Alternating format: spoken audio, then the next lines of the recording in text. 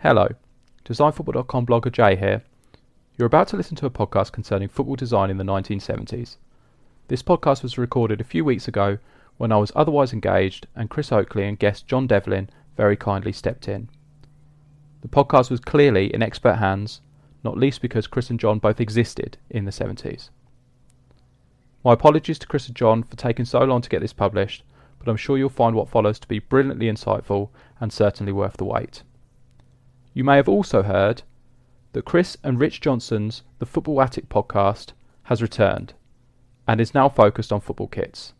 This is excellent news. But remember, the DesignFootball.com podcast is the only one with little tassels on the bottom.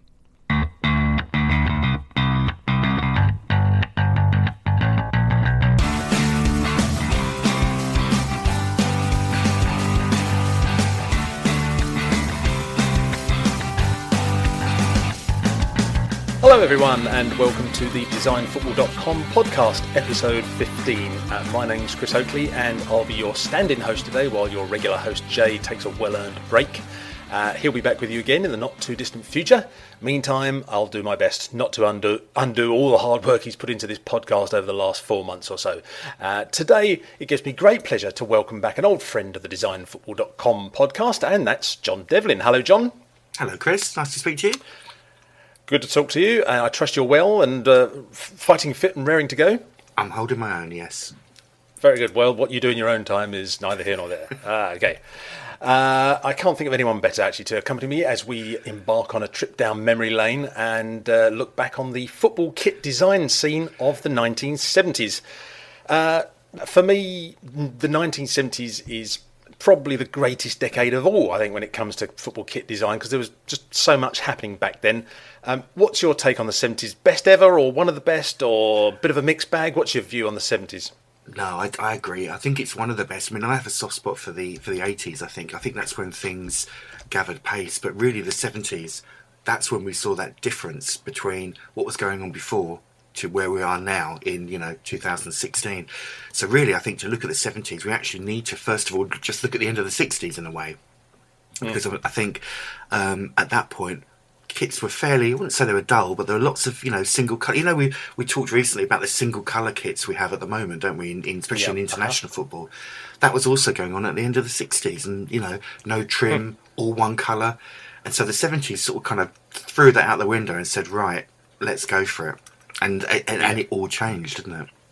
Of course, yeah, absolutely. Yeah, it's just, I just find that really, for my money, that you start off in the 70s, you've got these plain, in the UK at least, you've got these kind of plain kits, and then mid-70s, things start kind of pepping up, and we start seeing the kind of commercial potential for kits, and then at the end of the 70s, things kind of calm down a bit, and you get a more sort of refined style that we come to know in the 80s. So you've got like three different eras in the one decade almost. Definitely, and it's really funny. I mean, I think there's two things that kind of influenced 70s kit design. One was sort of fashion in general, wasn't it? Because, I mean, we're talking the decade of lots of fabric, extra fabric with massive collars and huge flares and stuff like that. There was all those things going on. And, of course, I think it's Aston Villa that are credited with the first kind of wing inset collar that Umbro produced for them. And I think in 69, I think that was the first one that came out. And of course, the 60s was all about crew necks, wasn't it? It was all about little neat and tidy round necks. And I think Villa are credited as bringing that back. And of course, no surprises, it was Umbro that sort of instigated that. But also, someone told me recently, a big influence was the colour TV coming in. Well, indeed, yes. I was going to come on to that, yes. Yeah, and I think that then sort of thought, okay, let's get a bit more flamboyant. And I think the 70s... I mean, I think you and I are old enough to remember all of the 70s, aren't we? Pretty much.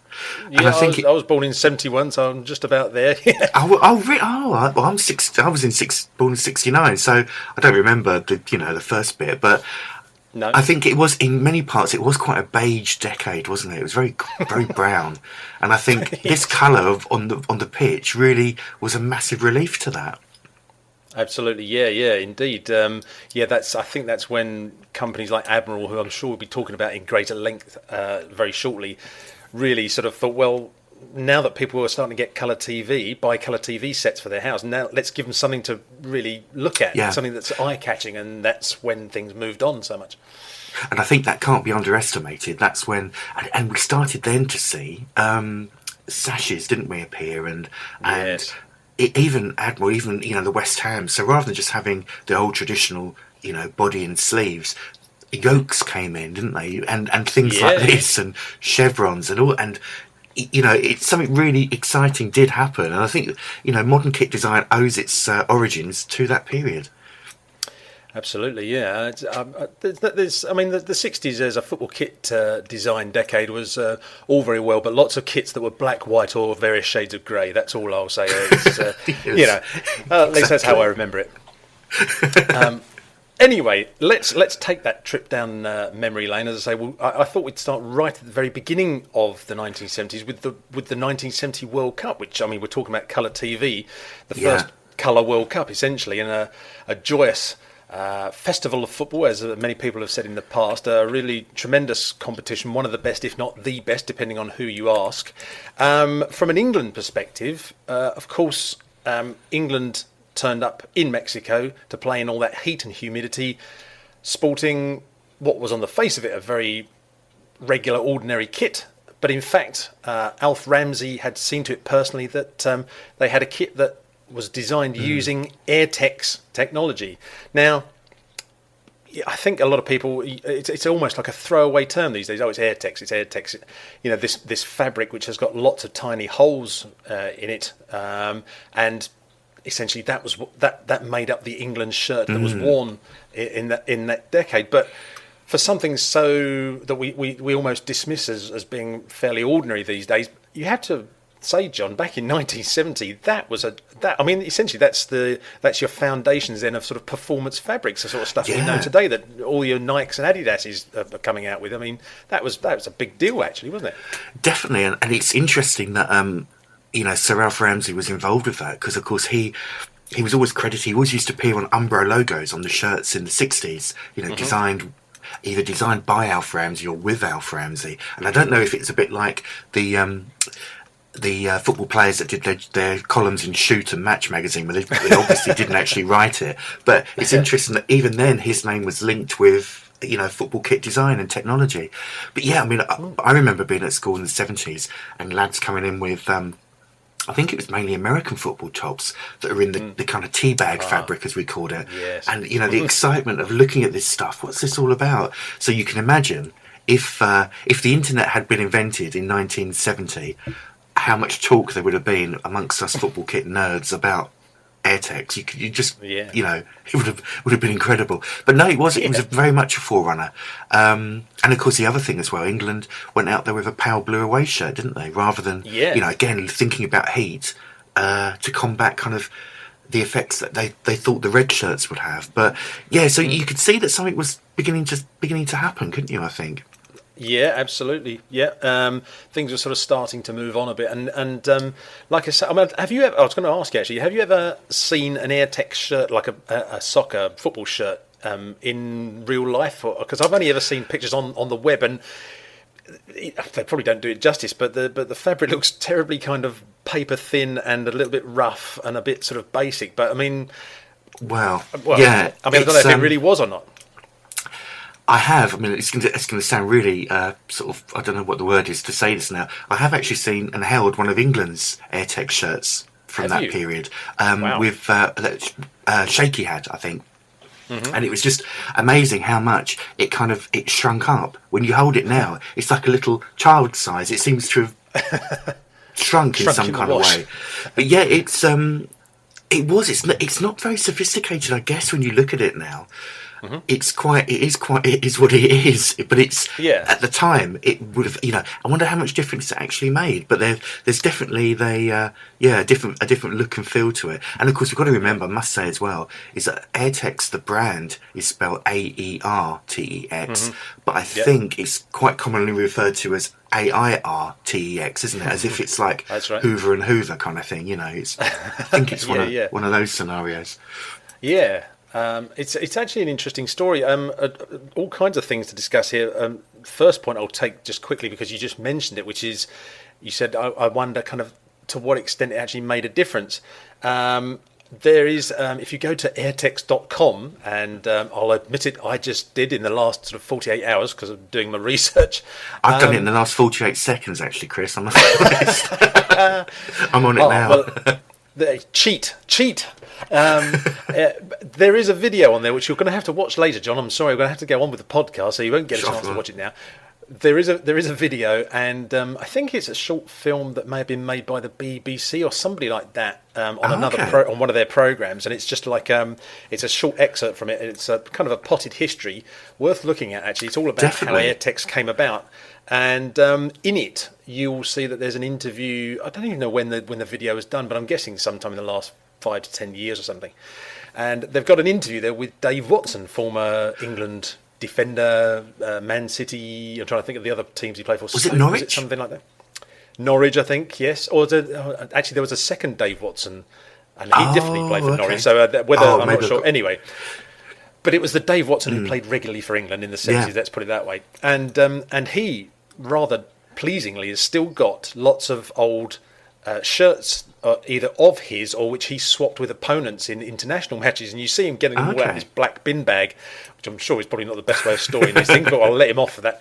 But he was actually talking about the AirTex fabric, and he said it was an absolute joy to wear those shirts because they did feel so nice and light and delicate, and the material was wonderful. And he said, all the players used to love wearing those AirTex shirts, which kind of goes against what I'm sort of trying to gauge from these fuzzy pictures on Google Images, as you say, and that look a bit like shriveled up. Some of these things, but so apparently it was really good. And he said that in getting into the latter part of the 70s, other companies came along that tried to replicate the effect, if you like, of AirTex, but essentially they were making sort of nylon shirts. It was like knitted nylon almost, and he said those are terrible. He said they used to feel heavier, more coarse, and dare I say, it used to make some of the players' nipples bleed. I'm sorry to get coarse about this, but he said that they were so rough that the players had to put plasters on their chest to stop all this rubbing. So he said to wear AirTex was just an absolute joy. So it just goes to show. So the AirTex fabric then was different from a generic kind of teabag AIR AirTex fabric that other companies would produce. Well, yeah, they all got into it because, and one of the other points I was going to raise is that I always thought, going back to the whole England thing, is that it was because the kits were made by Umbro, so I thought this was a technology that Umbro had invented or even developed, but that's not the case, as I discovered. In fact, it was, I think the story goes that it was, the AirTex company was created by a gentleman called Lewis Haslam. He was a Lancashire mill owner, and cutting the sort of story a bit short, but basically he was out one day in the late 1800s, as you do, with his wife, and it was a cold day, and his wife was wearing these sort of like crocheted gloves, almost very open, lots of big holes running through it, and he held his wife's hand, and her hand was very hot, and he said, "Why is your hand hot?" And it was then that the penny dropped, and he thought, I get it. It's air that's getting trapped in the kind of warp and weft of the material, and that's when the penny dropped. And he thought, right, I'm going to set up a company, and I'm going to develop this whole notion of air getting trapped, which gets warmed up by the body, and therefore keeps whatever part of the body it is warm. And so, therefore, AirTex is a company in its own right. But in 1970, it was Umbro who used their technologies, used their patent, if you like, and as a partnership, incorporated it into their own shirt. Yes, exactly, as a partnership, and put it into their own shirts. And I just always assumed it was Umbro. There wasn't a company called AirTex. Turns out I was wrong. So it was actually used to keep things warm, did you? Well, and this is the next point I was going to come on to. Okay. Ironically, of course, England wore it in their shirts in 1970 to keep them cold, or cooler, let's say, whereas in fact originally it was designed as a way of keeping your body warm by trapping the air in amongst the fabric. And but it's one of those amazing bits of technology that has a kind of flip-flop effect depending on how you sort of, whether it's hot, it keeps you cool, and vice versa. So it's very clever technology. It's like a flask then, in all to intents and purposes. Yes, exactly. They should have called it thermos technology or something. Yeah, that's it. And done it in like a tartan pattern. That would have been great, wouldn't it? See, and you see there, John, that's why you are the designer in these things. You've got the brain for this sort of stuff. Wonderful. It's funny, you talk about what Dave Watson was saying. I remember, what cup final was it? Was it 79? Arsenal Man United? Is that 79? Yes, It was, wasn't it? Yes, the 5-minute cup final, yes. I think Arsenal were wearing AirTex again then. So, and I think when you look at pictures of the shirt close up, it almost seemed the holes were even bigger. It's almost, the proportion of fabric and holes was I don't know if it changed at all. But it's, I think possibly the last case. I mean, obviously we see the historical kind of like children of AirTex in virtually every football shirt today, don't we? With panels of holy fabric and under the arms and what have you. Sure. But I remember back in Mexico again, '86 with England, they had essentially the same design of shirt, but again in an AirTex fabric. So maybe in the early '70s, maybe the layman wouldn't have noticed. But it's the as I say, if the internet had been around, we'd have been all over it, wouldn't we? You can imagine. All over it. Absolutely, yeah. And as you say, John, I mean, the AirTex technology eventually filtered through to domestic English football throughout the 70s. Even now, if you look hard enough, you'll find on Google and places like that images of people like Man City players from about 1973 wearing a for the life of me, I don't see why you'd need AirTex other than to keep you warm in England, because you're not going to get like Guadalajara temperatures and humidity in Newcastle, for instance. No. But there it is. But it did filter through and was still, as you say, was still being used many years later until companies sort of stylised and developed advances on this kind of thing. But 1970, not necessarily a year that you would associate with great innovation, but it was there. Interesting, yeah. Yeah. And I mean, if we're talking about innovation and experimentation, I suppose leading on from that, you get into the early 70s. And another thing that come along in about I'm going to just refer to my notes now, was it 1971? The introduction of sock garters, or indeed sock tags, as seen at Leeds United. Was it that a wonderful early? thing. Okay. That early, yeah, and last worn in 1974, so a 3-year period that was worn, or they were worn for. A wonderful relic, John, of football from a bygone era, sort of thing which you think you'd never see again, but it's just, I don't know. I sometimes find it really wonderful to sort of see someone invent something which is fundamentally useless but has its day in the spotlight, and obviously iconic and joined at the hip with Leeds United, pretty much the best club team in England at the time, really. Well, that's interesting, because I always thought the sock tags were brought in by Admiral, but if it came in a bit earlier with Leeds, it would have been Umbro that introduced them. It would have been Umbro, absolutely, that's right. Yeah, it was. Although I think the sock tags themselves were made by a company who's called Melita or Myleta or something like that. Yeah. I think something changed in the early 70s. I've got a few old programs. Blimey, I've got about 4,000, but I've got a few old programs, and there's quite a few, and they talk about. A couple of them talk about rules and regulations of kits, and one of the ones was the idea of chain shorts, the fact that you had to wear a different colour pair of shorts to your opponents, which is something that goes in cycles now. But even then, you look at shorts, and shorts started to have numbers on, didn't they, as well? There was a brief period where shorts would have numbers on the front in the early 70s. So I think there was something going on. And of course, the sock tags, the main purpose, I guess, was to have the numbers flapping on the side. Again, for what? But was it a practical use, or was it just flamboyance and showing off? Or well, I have it on good authority that the sock garters, as they were originally called, were an invention of a guy called Paul Trevelyan, and he used to go along and watch Tottenham with his son, I think it was, or maybe it was his dad. I can't remember now what the story was. But anyway, I think it was his dad. And he used to hang around in the hope of getting some kind of souvenir, like an autograph from the players and stuff like that. And it just seemed to be that for kids going along that wanted autographs and such, like, there was very little opportunity to get anything like that. So his dad, I think it was, came up with the idea and sort of thought, why not make these little tags that stitch into the socks, and then that way when the players come off the pitch they can then take the tags off, sign them and hand them over to fans. What a nice idea. A nice idea, and a bit of PR and keeping in good contact with the youngsters and all that sort of thing. So, and the story is, I didn't know this again till very recently, but he actually pitched the idea to Tottenham first, because that's kind of who he supported, and they said, sorry, not interested.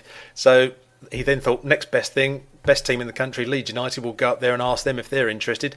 And they knew a good thing when they saw it, and they said, yep, we'll take those. And that's how they came to be with Leeds. It could have been Tottenham. Do you know, it's funny, it's almost like a forerunner of the Premier League names on the back of the shirts. This idea of your heroes. This is your player. It's that kind of connection between hero status on the pitch and fans again, isn't it? There's that bringing the two together a little bit. Yeah, and player identification. And I think the same guy actually had a hand in Leeds having names on the back of the player tracksuits as well for exactly the same reason. There you go. Because I mean, practically, I know that there were home and away sock tags, which, crikey, just excites me beyond belief. The fact that they have different coloured sock tags, but practically there would have been no use, would they? No. The ref wouldn't have looked down at the socks to see what number they were. It would have been. But it's interesting. It's interesting. And you mentioned Paul Trevelyan. That name rings a bell. He wasn't the guy who did the "You Are the Ref." Is he not an artist, Trevelyan? Do you know, I'm not sure, but that is ringing vague bells. I think you might be onto something there, John. We'll have to check that at some point. Yeah, I'm not sure. But so really then, sock tags really were not a Umbro, Admiral, whoever. They were this other company, and it was a club thing rather than a sportswear deal, if you like, if you know what I mean. Yeah, I remember Scotland had them as well, and I think Sunderland maybe. I'm trying to think off the top of my head. Oh, Scotland definitely. I'm trying to think actually for Sunderland. But no, that's sort of an independent thing. They just went straight to the club and they said, yep, OK, we'll have those. And as you say, I think Admiral didn't turn up at Leeds until December 73, if memory serves me right. So therefore it would have been Umbro at the time. Yeah, but I think Admiral continued with them, didn't they? They obviously kept... in the Admiral era, the club kind of carried on with them. I did see one recently, I think, on a Leeds page, and they look pretty manky now, I believe. You can see them now. It's almost like... like a jock strap. It's like a strap. It's just a horrible little items. I don't know. I'm sure some have lasted better than others, but they did. It did look a little tired. The one I saw, if I remember. Yeah, they look a little bit sort of faded, and they also had little tassels on the bottom, didn't they, as well? Just for a little extra 70s cheesiness. But isn't that just the 70s? If you could describe the 70s in one phrase, it is having little tassels on the bottom, because everything was a bit... If it wasn't literally like that, it was symbolically like that, wasn't Symbolically, it? Yeah, absolutely. But that's what's so fun about 70s kits, and of course, I think from a fashion point of view, don't they say that the decades, it doesn't really kick in till about... 3 or 4 years in. Do you know what I mean? Yeah. So 70s fashion didn't really happen till about 73 or whatever.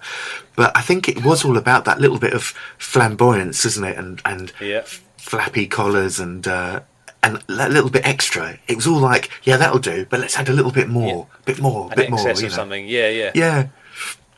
Yes, you're listening to the designfootball.com podcast, the only one with little tassels on the bottom.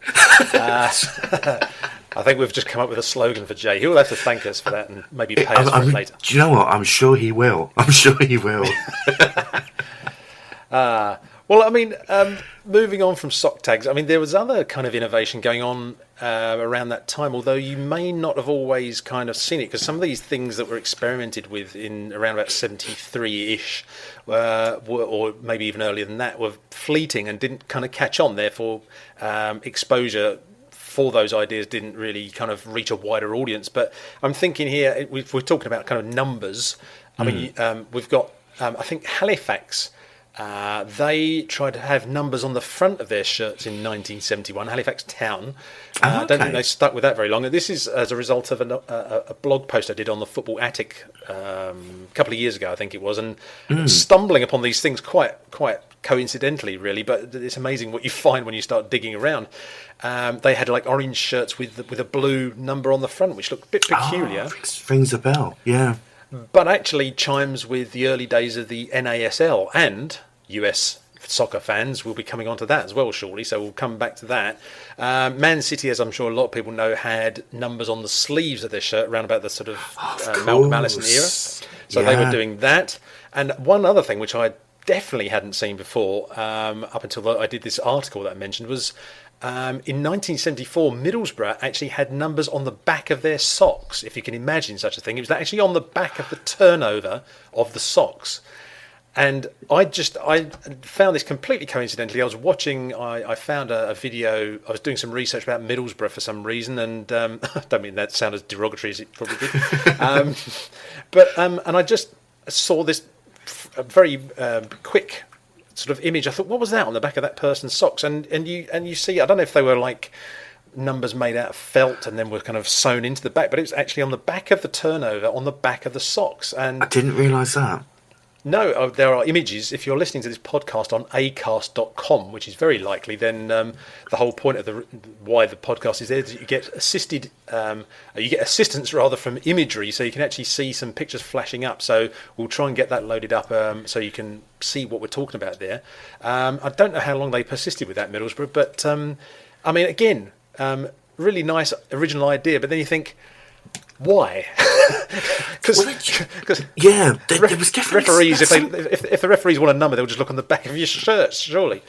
Well, that's something to explore. I mean, I think we are talking when you mentioned about the sock tags and the fact about players giving them out, and and I mentioned this link between players on the pitch and the fans. Maybe it was the start of this superstar football era, where having that. Flamboyant, especially from the Man City and the Manchester Rovers as well. I'm sure you remember having the shirt numbers on their sleeves. That's a real. It's making the shirts really personal to those players because, of course, back then there wasn't the great squad rotation that we see now. So you knew that number 6 for whoever, you knew who roughly it was going to be every week, didn't you? It was that kind of culture. But I also remember as well. I wasn't aware of the Middlesbrough thing at all, but I do remember. That's very obscure. For a brief period, I think it was when they had the old Penguin-style shirts, Birmingham City, their shorts had the players' initials embroidered on the shorts. Yes, I've seen that, I think. Yes, now you mentioned you'd have a TF for Trevor Francis and, whoever. That's right. So that was, again, we're looking at these things being almost personalised. And a big thing being made of that. But I vaguely remember the Halifax seeing a picture of that, but I know Coventry City did it because there's a picture of the famous Admiral Tramline shirt with a shirt number in the front of that as well. Oh, really? Okay. Yeah, I'll try and dig that out. But yeah, I know that was around.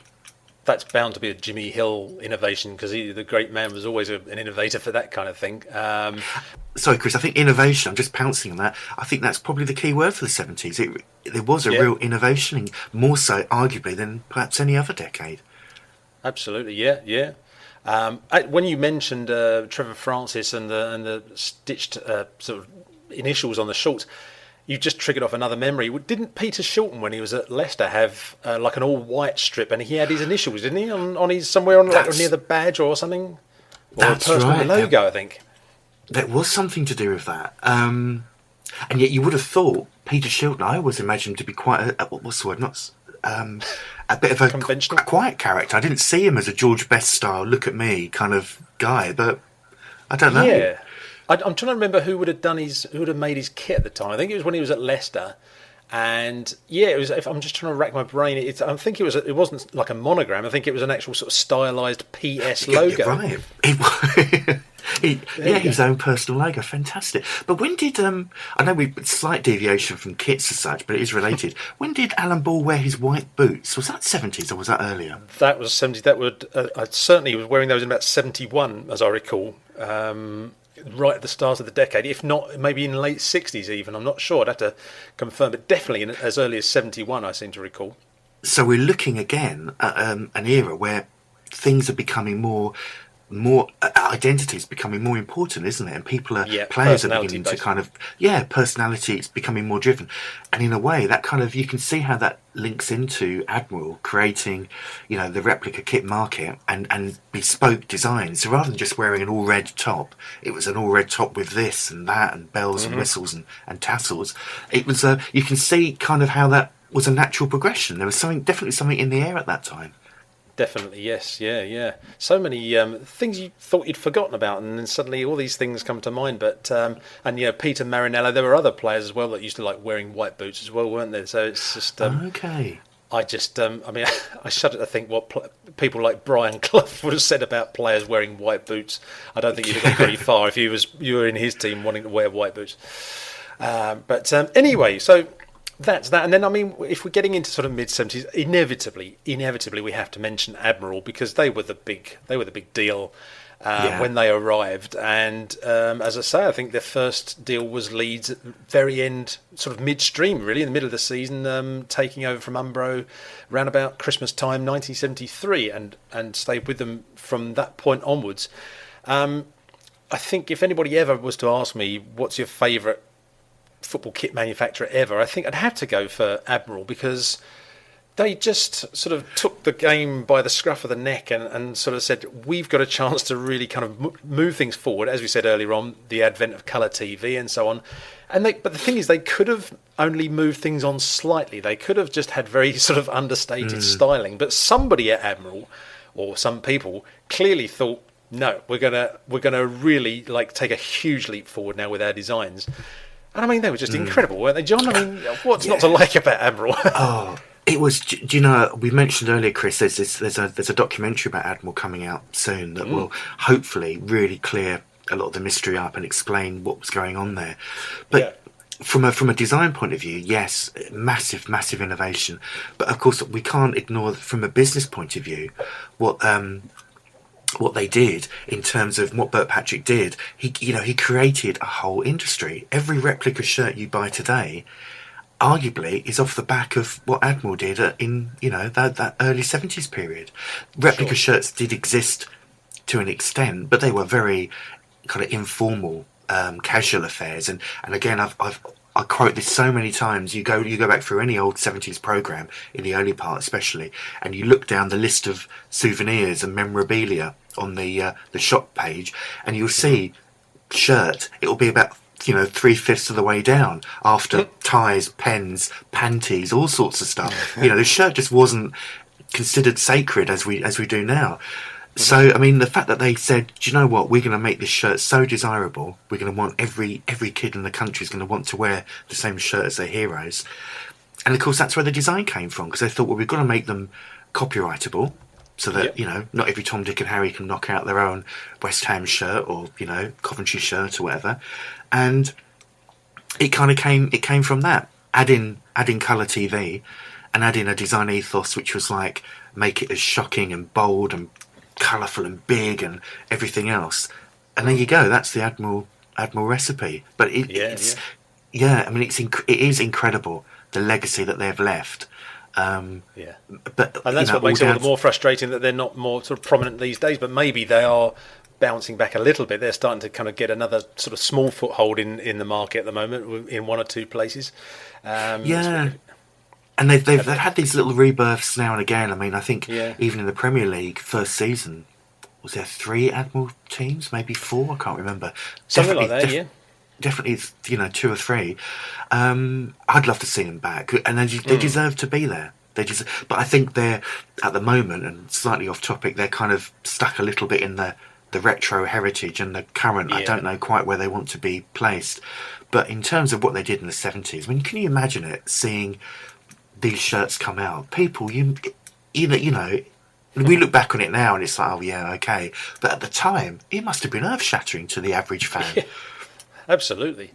I mean, we did as you'll know, last year we did a special project called the 50 Greatest Football Shirts Ever, which has, I'm sure, been mentioned on this podcast in previous episodes. And on one of the shirts listed was, I think, nominated at least by me, if not other people, which was the West Ham shirt that they had in the late 70s. And I remember actually describing it at the time and thinking, what must people have thought when that came along? It was just exactly as you just said, John. You sort of think people, especially West Ham fans, that can be really kind of, up front with their views, let's say, and to have seen West Ham players walking out onto pitch suddenly with a shirt that was almost half and half, light blue and claret, rather than the whole of the chest being claret and only the sleeves being blue. and that's before you get on to chevrons, Admiral logos running down the sleeves, and trim on the collars, and also there was so much extra detail on so many of their kits, and that's therein you have the stark difference between their kits and what had gone before. Just the level of detail and the effort that had gone into making it special.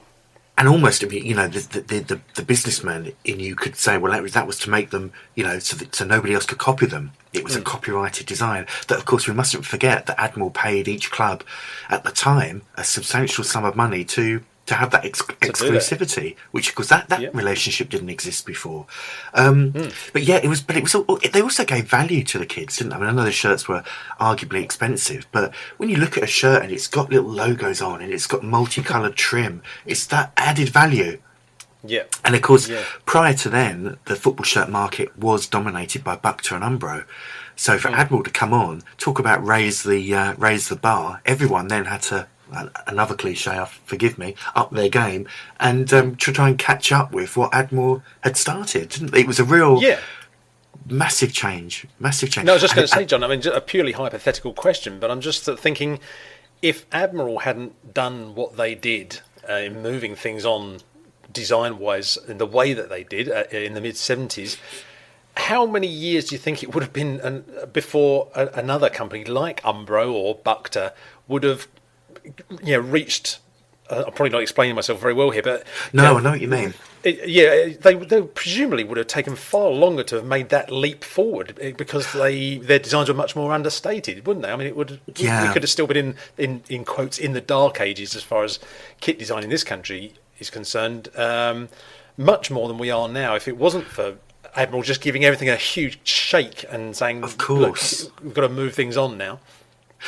Definitely, and I think it would have happened because you can't underestimate with sportswear, especially with football, what was going on the high street as well. So you're looking at glam rock as well, and all these things. There's no coincidence; they all coincide. You're looking at glam rock completely coming out of the denim and long black trench coats of the late '60s. So there was a difference there on what young people were wearing and what people were wearing in general. Colour was coming in much more, but I think it would have taken them a couple of years longer. It needed somebody with Burt Patrick's vision and sort of business acumen and forward thinking to really shake that up.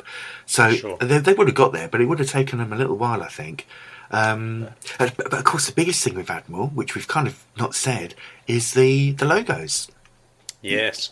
And I think in the continent, and I think you've mentioned this, you probably know a little bit more about this than me. I think on the continent, logos were appearing at that time, weren't they, on shirts? I think even some sponsors. So Europe was a little bit ahead of us, but I think there were Umbro logos on shirts, but they were way down, and where the shirt was tucked into the shorts, a little printed motif there.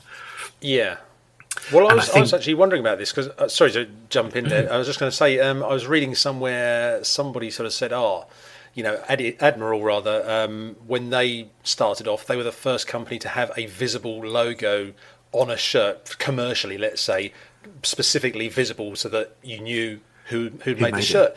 But I was sort of thinking, I'm sure Liverpool in around about 73 had a little Umbro diamond, albeit in black. It probably wasn't as visible as the Admiral logos were, but I'm sure they had a little black diamond logo somewhere, but I could be misremembering. Yeah, I think it's if I remember correctly, even in the very very early 70s, tracksuits would have a little Umbro logo, and of course the Umbro logo then was still a diamond, but it was kind of filled in the middle, wasn't it? It was right. Slightly different. The tracksuits would have them, and I believe the odd goalie shirt would crop up, would turn out with a little logo on. Right. But it was Admiral that started it. They were the first, but you can imagine once it was almost like, how did the FA allow this when they'd never allowed this before? But somehow they did. And of course, as soon as they did it once, I think what you then started to see, almost, and this is just my imagination, Umbro almost kind of like recalling all the shirts and frantically sticking logos on, because they thought, well, hang on, we can do this now. But it was Admiral that opened that floodgate. So Yes. I don't know whether they broke the rules and the league kind of agreed to do it, or whether they were aware of this change. But certainly once they'd done it, the other companies weren't slow to pounce on it, and of course you can't blame them.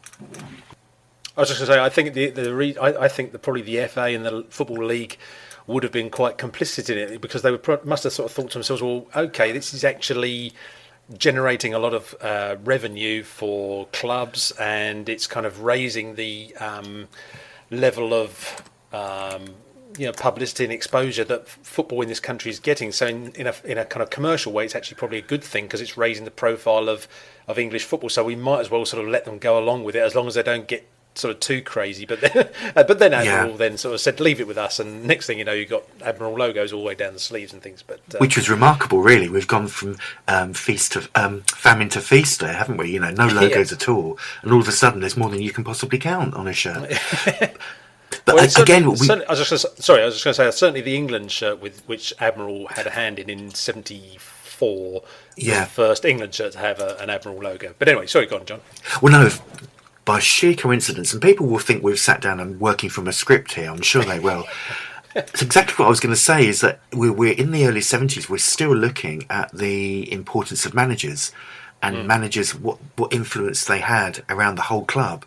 And of course, we're looking at Don Revie again with Leeds. I mean, he was vital to that Admiral deal, and of course, surprise, surprise, vital to the England deal a year later. That's right. So again, you're seeing that these managers were much more involved with the sportswear and the clothing and everything else than perhaps people would have given them credit for. But again, another shrewd businessman. It was all part of business. Football, I guess the purist would say that's when commercialism started coming into football, which of course it did. Mm-hmm. But as you said, it was going to happen at some point, I guess. So yeah. And I mean, clubs need revenue in order to buy better players, in order to generate more money, and so on and so on and so forth. Yeah. But as I know you've said on other podcasts, like the 50 greatest football shirts thing that I mentioned earlier on that we did before, you've said before that players kind of need to feel good in the kit they're wearing to bring out that extra 1 or 2% to sort of make them play better. And in the early or mid 70s at least, there must have been lots of young players, stars of the day, who obviously outside of football used to like dressing in fashionable clothes, who must have been thinking, why are we still wearing this old-fashioned stuff? And we're probably crying out for a company to come along and say, we're going to give you something a bit more fashionable than that, something that's a much more in tune with this modern era. And so they would have jumped at the chance to wear new stuff like that, I'd have thought. Oh, well, it's like going to a party, isn't it? And going to, as a kid, going to a party and wearing, really out of date clobber, and everyone else is wearing the latest gear. You think, oh crikey, I feel like a fool. It's that kind of thing. And I've seen it even fairly recently when we started to see the sort of skin tight kits coming back in, more fitted shirts, and going to a game. I won't name the opponents for fear of embarrassing them.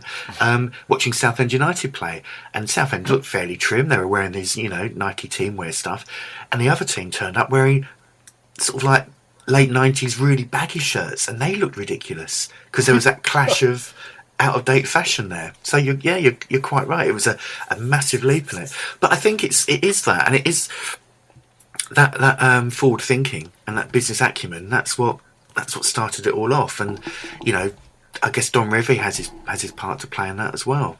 Absolutely. I was just going to say another hypothetical question here is an impish one, if you like. Let's say, John, we have a situation where you're watching the news one night and they tell you that there's a huge asteroid that's about to collide with Earth and civilization is about to be wiped out. However, when you hear this news, you happen to be in the football shirt museum, and you have a chance to grab three Admiral shirts to save for all eternity for a new civilization to be created.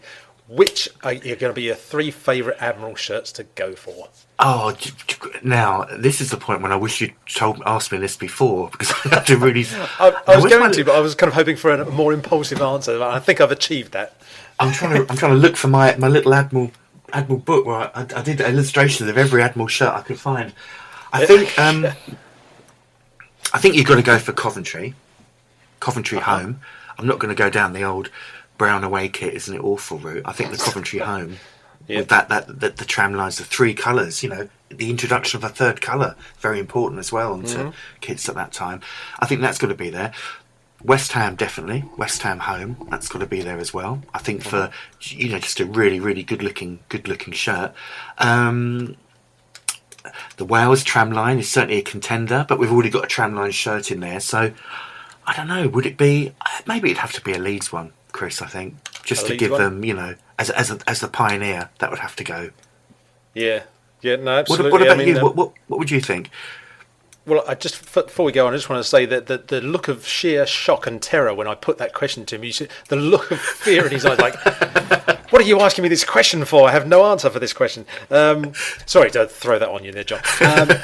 Well, I suppose as a West Ham fan, I'd kind of go for the West Ham one because although there were a few other teams that had the chevrons, it was, excuse me, not necessarily done on a sort of contrasting coloured yoke. So that's. You're right, and they were generally awake. They were generally away kits as well, weren't they? The chevrons. I think other teams wore them as away kits more. So yeah, definitely. So being biased, but I think I'd probably go for West Ham's home kit of the late 70s for that. I was going to go for Wales and their home kit for my tramlines choice, even though the Coventry kits were fantastic. I love the use of red, yellow, and green on the home kit that they had. It was just wonderful. I mean. Perfect, just reeks of the 70s for me. I just think it's wonderful. And I was sort of probably going to go for something sort of predictable and conventional. But in looking at your website earlier on, John, truecolorsfootballkits.com, and an article that you did some time ago now, there are others there that I'd completely overlooked. And one that I really love, it's just so distinctive to my mind, is the Sheffield United away kit 75 to 77, which was fundamentally white shirts, white shorts, red socks, but the white shirt had 2 red diagonal bands, sashes if you like, going across the shirt in a kind of left to right fashion, whereas if like to say Crystal Palace, it sort of tends to go sort of left to right, top left to bottom right, if that makes sense, where it's usually the other way around.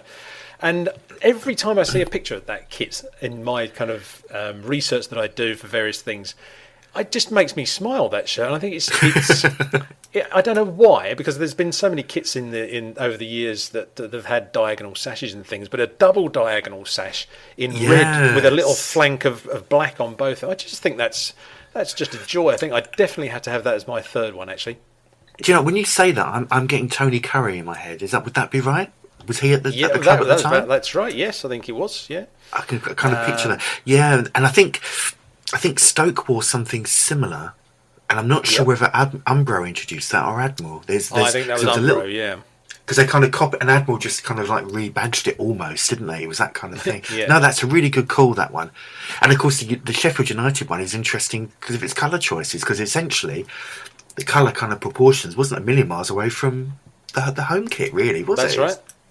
Very nice, Good choice. Yeah, no, good choice. Yeah, I was just going to say, I was just looking actually, the Stoke City kit that you mentioned, the stripes, the diagonal stripes go in the same direction, but yes, it was made by Umbro, and it was red, black, and red.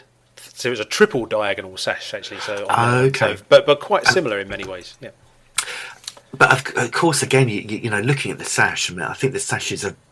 It's big at the moment again, Chris, isn't it? There's sashes everywhere, and you know that's arguably. Would you say the 170s football kit design element that's ubiquitous to the decade? Yeah, well, absolutely, and I was really quite pleased when recently, maybe I don't know, 3-4 years ago or something, all the diagonal sashes started to come out. Unfortunately, I think, dare I say, it's become sort of victim of its own success, in that now in some ways it's become a bit overexposed, and we're seeing it quite a lot. And although I don't mind diagonal sashes as such, it's like anything, when it's kind of a bit overdone, you start thinking, can we have something else maybe now? I think I predicted last year on one of our podcasts that this season will be the one where we get half and half shirts cropping up a lot, and unfortunately that didn't turn out to be correct, which shows how much I know. I probably didn't foresee the longevity of the diagonal sash in the modern era.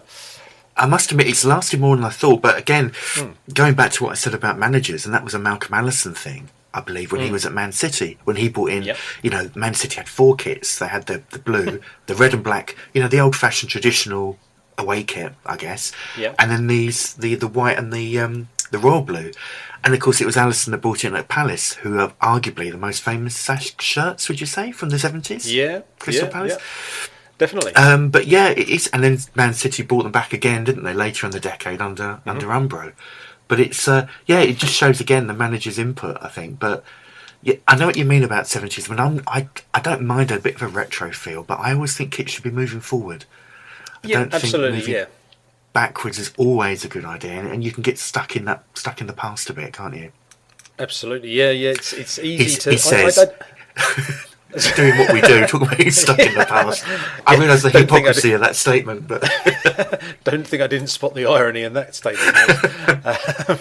A little bit of retro every once in a while is fine, but it's like the current thing. I know we're going a bit off topic and we're going a bit kind of contemporary and everything, but I was just saying to somebody on Twitter just the other day about the current fascination with pinstripes. Same thing again. The pinstripes are still hanging around. But anyway, I digress. We're moving off topic. But anyway, getting into the latter part of the 70s, there was a bit of a boom going on across the pond, as they say, over in the US. NASL, North American Soccer League, was kind of taking off. And that was a big deal. Finally, the US got its own professional league, as it were, and I think it was started back in about 67-ish and really peaked in 1975 when Pelé signed for the New York Cosmos, and suddenly every big star was going over there, and lots of British players as well. There was this strange kind of scenario that you had in the late 70s where players were in the Football League were playing sort of half a season in the UK or maybe during the summer break, were going hot-footing it over to the US and playing over there for a while. That's right, And club like Trevor Francis was one, and there was stories of Man City sort of saying, "And when are you coming back? Have you not finished the season? Or you said you were going to come back? We don't mind you going over and playing a few games, but how long are you going to be there for?" And there was all that kind of thing going on. But it was a fascinating time. And not least from the point of view of the football kits that they had over there. I don't know, John, how sort of familiar are you with NASL, and what's your view of that period when suddenly it was almost like the focus on British football was somewhat distracted? Everyone was suddenly going, oh, we need to be kind of watching what's going on over there. What was your take on that? Well, do you know what? I'd love to bluff my way through this, but I'm a very honest chap, and I know very little about that period, I have to say. I've always been very focused on British football, I guess, more. So I think I get really excited looking back at continental kits now. But certainly with America, I have got a gap in my sort of knowledge with that. Although funny enough, we actually went on holiday to Florida when I was 10 in 1980, and that's always my view of American football.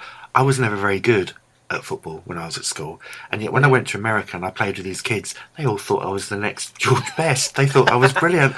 And it's a bit like Superman when he comes down from Krypton to Earth. He's treated as a god. It was a bit like that when I went over to America. I guess it just showed the level of, without being patronising, what American football, US football was like. I think because Admiral really pounced on it, didn't they? I think Adidas produced a lot of the early kits. Oh, there. Absolutely, and some really innovative designs that we never saw over here. I've got vague memories of half and half shorts. Is that right? And different applications of the logo and. Yeah, all that was going on. Absolutely, yeah. Interestingly, like when NASL first started in the late 60s, if you see some of the kits that were being worn then, they were not dissimilar to what you'd have seen in the English Football League or Scotland or whatever in the UK. Very similar kits, except that one or two Maverick teams were wearing, and we come back to this again, we come full circle, numbers on the front of the shirts rather than on the back. But that was just that. That was in sort of certain isolated cases, and then you get into the early 70s, and what you see then is that the teams were really looking to stamp their own identity, not only from the point of view of their own club on US soccer, but also as a national sport. They were just really just freestyling, and the kits that you saw then, there were so many different variations on a theme. Like some teams would have the name of their team on the front of the shirt. Some would have the name of their team and a number on the front of the shirt. Some would have numbers on the sleeves, which you mentioned a moment ago with Man City and so on.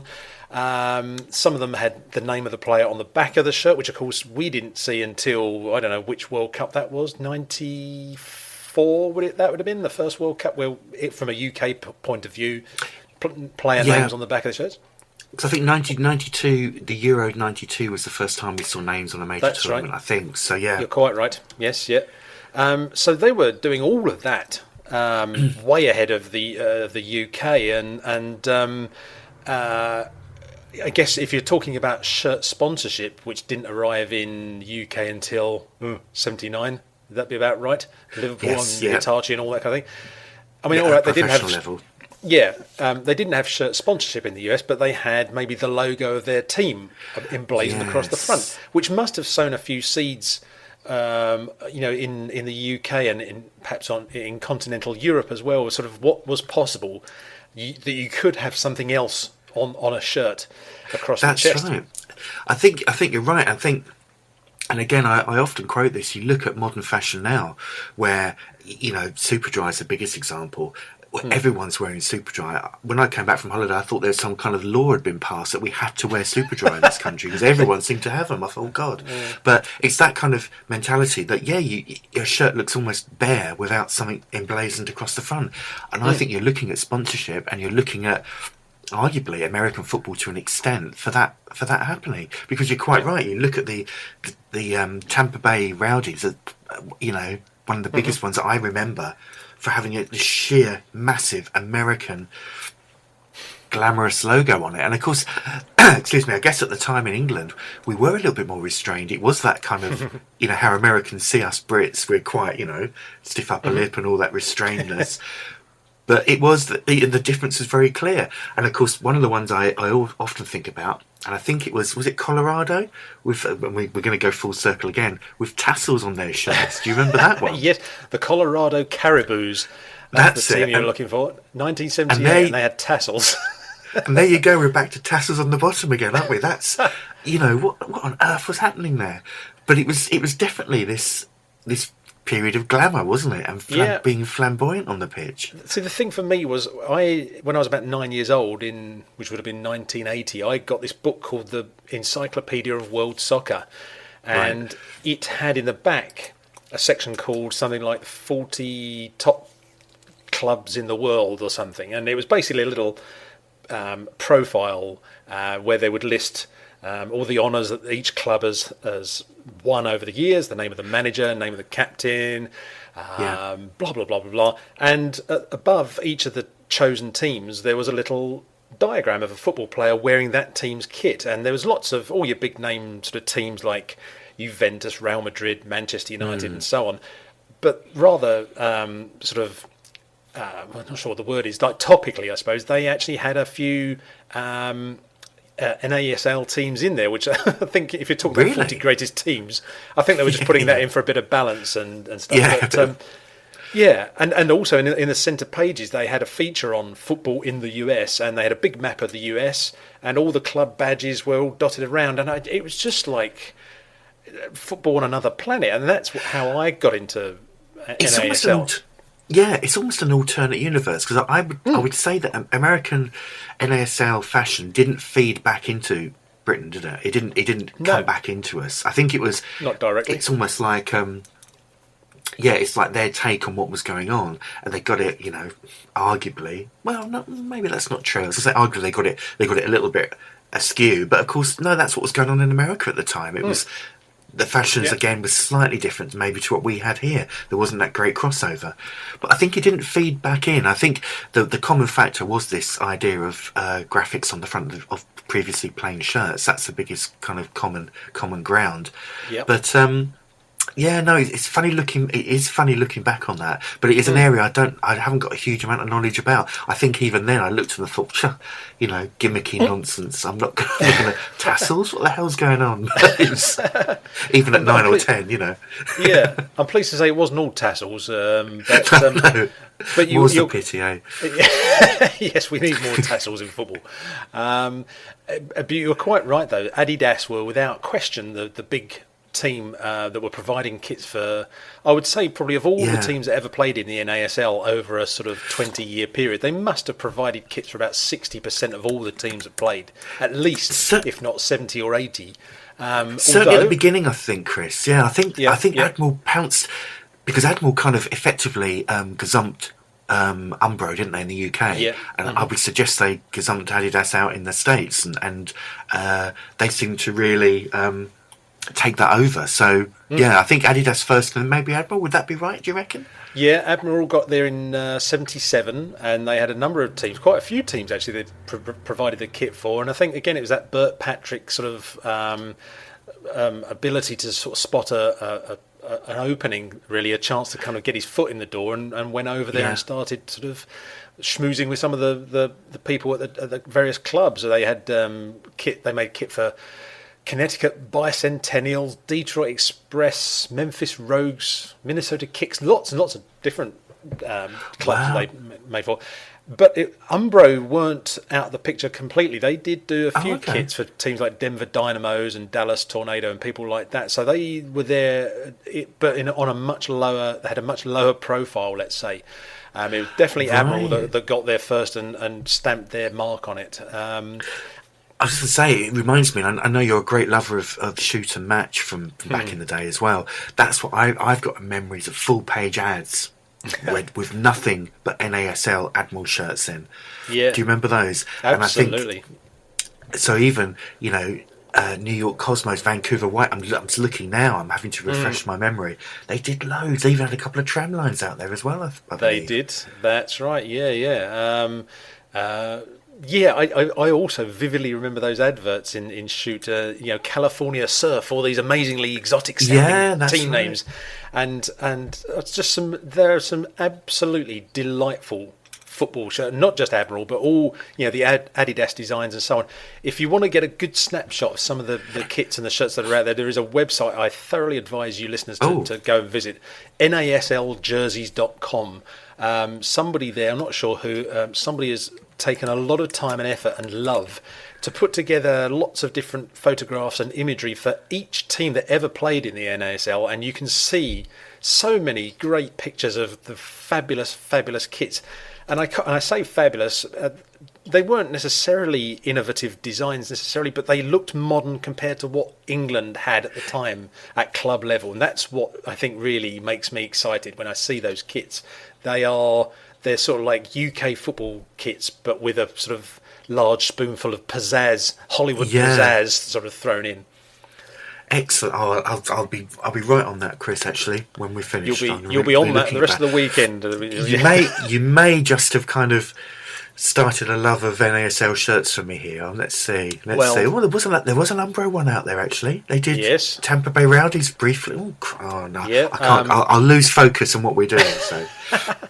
There's a kit. One team they did a kit for was I have to laugh. It just sounds at odds with my English sensibilities, but the New England T-Men, Umbro did a kit for them from 1978 to 1980, and there's a picture of. I'm not sure if it was in the Umbro kit that they provided, but there's a guy, I think he used to play for Charlton Athletic, called Mike Flanagan, and he briefly played. He was one of the UK Army that went over there and played there, and he played for the New England T-Men, and there's a picture on that website that I just mentioned, and he's wearing the New England T-Men kit, and I really love it because it's got a big red sort of T on the front on a yellow shirt, almost a bit kind of vaguely like the big Talbot logo that they had on the Coventry kit, but not as commercialised, but it was like a big T shape on the front of the shirts, and there was some lovely invention on a lot of those NASL jerseys. They're wonderful. Do you know, I do urge everyone to Google this as soon as you can, because I've never seen this before. It is incredible. It's got the number, hasn't it? It's got the shirt number kind of midway down, almost like discreetly placed. Ridiculous position, really. It's got an Umbro logo that hasn't been reversed out, so it's like red on red kind of style. It's bizarre, but it's really quite how unusual. It's like like a distant cousin, isn't it, of English football? It's very strange. Yes. Oh, fantastic. Yeah, I mean, there's just that's going to be the whole of your next week written off, folks. If you go to that website, it's wonderful. Whoever's done that, congratulations to you for doing that. But it kind of gives you an interesting juxtaposition if you're looking from a UK perspective of what was going on in the UK and what America were having, and it also provides a bit of an interesting comparison also with continental Europe, because we were mentioning kind of elements on shirts like numbers and team names and stuff like that, sponsors, logos, and just I mean in this last section really before we have to wrap up. I mean, John, something I discovered in the last few years was that I had to do some research to do some illustrations of the French national team kit over the last 50 years. I did that a few years ago. And the one thing I discovered at that point was that the French national team had an Adidas kit in 1972 with, Adidas stripes on and everything. And that really threw me, because I assumed, being English, that you didn't really see that kind of thing going on. Certainly with English club kits, you didn't see the Adidas logo, the Adidas stripes until about 77. I think there were a number of teams, Birmingham, Forest, Ipswich and so on. But France had a recognisable Adidas kit in 72. Similarly, I did some research recently on Borussia Dortmund, and they had also, around about 71, 72, you can see on one kit they had, on their black shorts, there was there were 3 white stripes for Adidas, and the white stripes were actually flanked with a thinner yellow stripe, which is like really sort of almost like 1980s style. Yeah, and that was back definitely. in about 1971, 72. So suddenly you think, wow, we were in the UK, we were really late to the party in terms of getting on board with Adidas, because they were definitely the prevailing and upcoming brand for football kits in the UK. And at a stroke, I think, unfortunately, made Admiral stuff look a bit old-fashioned, dare I say it. But we seem to be well behind Europe. Yeah, well, the Adidas thing crops up again with taping, which is, of course, the stripes down the sleeves, and of course, Umbro had it with their double diamond, Admiral with their logos. But really, that was almost an innovation, possibly you could say, from Adidas with their trademark 3 stripes, which is as important to their brand as their logo is. So it's really cunning bit of branding and promotional kind of nous there that they do that. But yeah, I didn't realise that, because that kind of confuses me a bit, because Adidas didn't really want to get that involved with apparel, as you say, until later in that decade.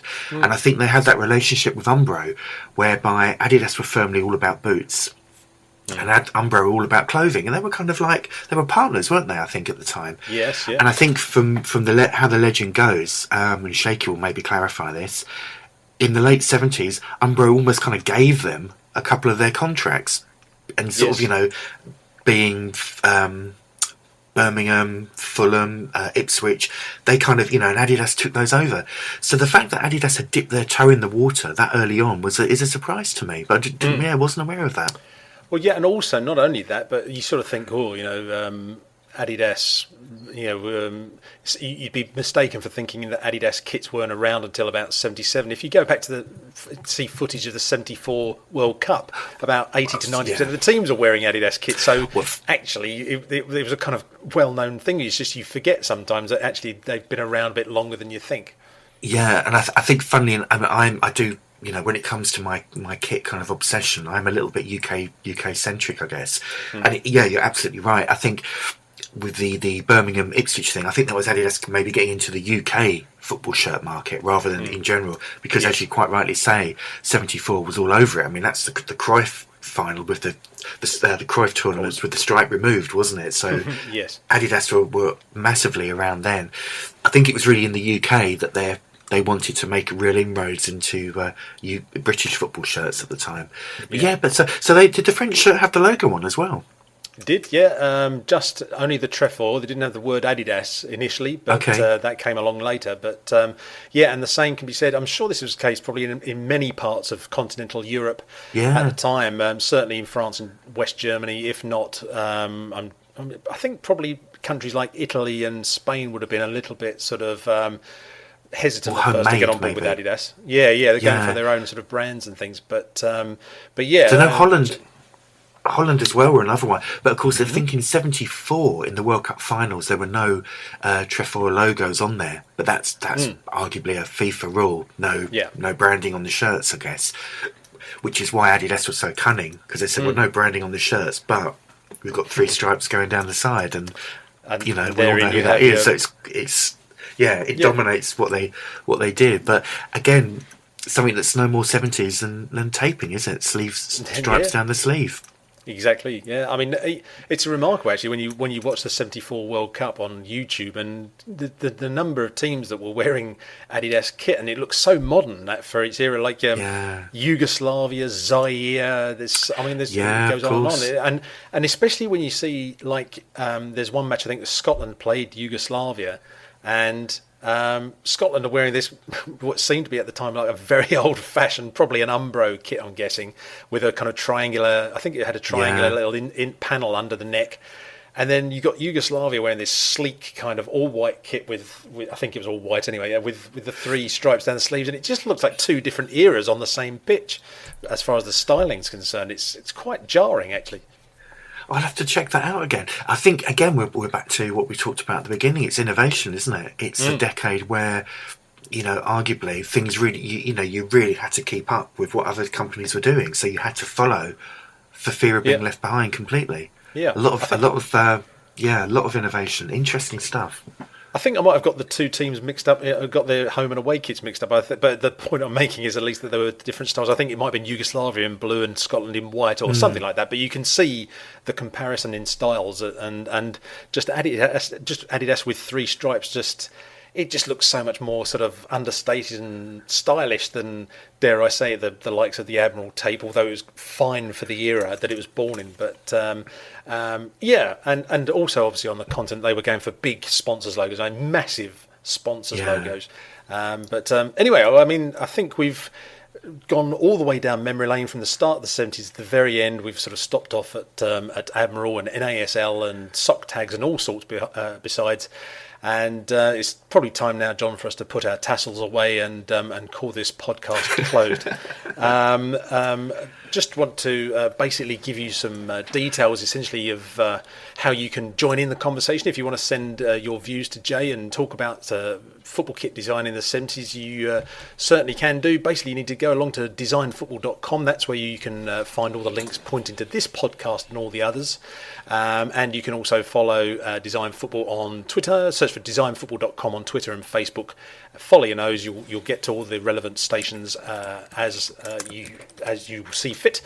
And as I say, this podcast is also available via acast.com/the Design Football Podcast. Drop Jay a line if you can, and let him know your views and all that. Similarly, you can talk to me and John if you're really that desperate. You can find us on Twitter as well. John's on Twitter at True Colours Kits, and you're also strongly advised to visit his website as well, truecolorsfootballkits.com. You'll find his wonderful website there, full of fantastic imagery and illustrations of football kits from the past and indeed the present. And if you want to follow me on Twitter, you can do at Chris Oakley, ChrisOakley. And my website, should you want to visit it, is called KitBliss, and you can find that at kitbliss.co.nz. It's a little project that I've had going for a while there, similar sort of thing, football kit illustrations and so on. So that's how you can get in touch with us. But John, I think that's pretty much it. We're out of time, but it's been an absolute joy talking to you and reminiscing in this way. It's been brilliant, Chris. I've really enjoyed it, and it's great to become totally immersed in a specific area of kit design. Brilliant. Absolutely, yeah. Keep the memories alive and all that. That's what it's all about. And listeners, thank you very much indeed for your time, and thank you for having me on this podcast, Jay. And until next time, from the two of us, John and myself, it's goodbye to you all. Goodbye. Thank you, Chris. Bye. Goodbye.